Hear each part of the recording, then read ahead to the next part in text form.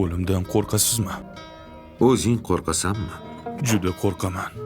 Faqat buni yashirishga urinaman.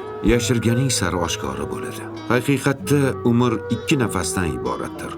Borliq olamga birinchi kelganimizda olganimiz va g'ayb olamiga ketganimizda beradiganimiz.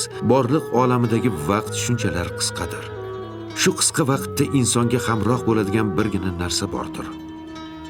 O'lim. Sen bu holingda o'lim aslida tiriklik ekanligini tushun. Agar o'lim yomon narsa bo'lganida insonga hamroh bo'larmidi? Demakki, o'limning ortidagi hikmatni tinglashimiz zarur. Bu hikmat nima bo'lsa, uni topish lozim.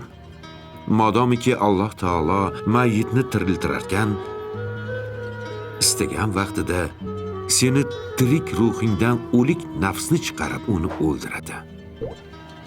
Shu holda nafsni o'ldirish yo'lini topishing kerak.